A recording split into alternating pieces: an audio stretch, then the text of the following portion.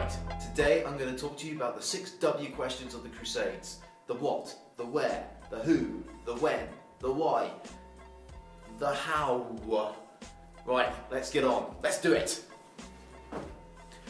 So, what were the Crusades? Well, basically there were a bunch of religious wars that happened between the European Christians and the Middle Eastern Muslims.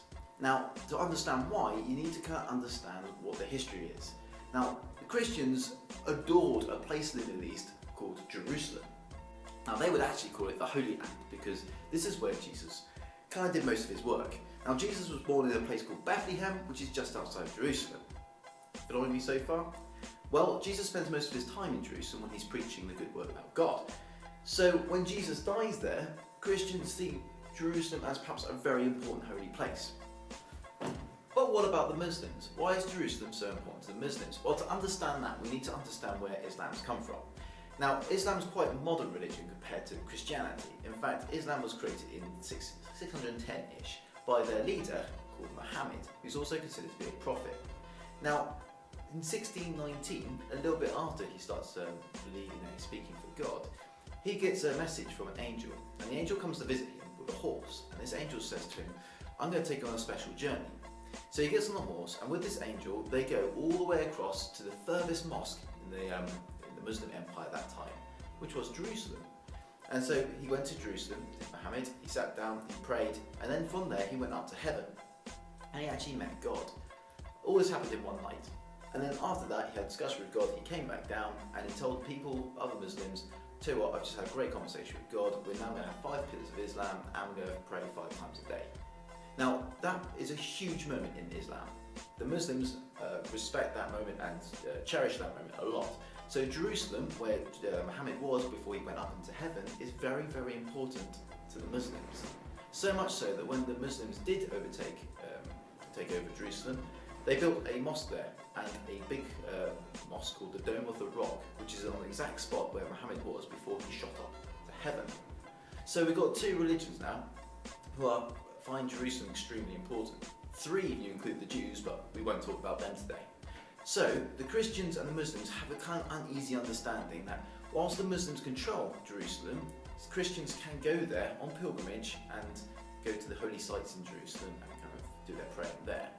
That's fine until we get a problem in the 1090s AD, when all of a sudden it's becoming very, very difficult for Christians to go and visit Jerusalem. Let's talk about that now. So, Christians are getting a little bit angry because they can't get into the holy sites in Jerusalem. So, if you're an angry Christian, who do you talk to? That's right, you talk to the Pope. So, Pope Urban II, who is Pope during the time, is getting a lot of messages from Christians saying, "You can't get into the holy places in Jerusalem." So what's he do? Eventually he decides, what we need is some sort of army to go down there and recapture Jerusalem. And so in 1096 to 1099 we have the First Crusade. Unfortunately, it doesn't stop there. And then there was the Second Crusade, called by the Pope Eugene III, led by the French king and the German king. It was a disaster. And then we have the Third Crusade, led by the English king Richard Lionheart against the Muslim hero, warrior Saladin. That one's an epic, and it ends in a draw. Then there's the Fourth Crusade, between 1202 and 1204, where the Christians started fighting the Christians. Then there's the Fifth Crusade, ordered by the ironically named Pope Innocent III. They tried to take over Jerusalem by going through Egypt. It all goes to hell in Egypt. End of the crusade. The Sixth Crusade was brilliant. Led by the Holy Roman Emperor Frederick II, he managed to conquer Jerusalem without actually fighting Jerusalem. What a ledge! And then there was the Seventh Crusade, led by Louis IX, the King of France, not by the Pope this time. The Pope had nothing to do with it. Louis IX said, "I will capture Jerusalem for the Christians." He failed. And so to summarise, the Crusades are a series of wars led by the Europeans against the Muslims in the Middle East. Sometimes the Christians win, sometimes the Muslims win. All we know is that a lot of people died. On the plus side, we do get a lot of stuff in Europe from the Crusades, like numbers and perfumes and carpets. So we do benefit, although we have a lot of dead people. Let's find out more in class.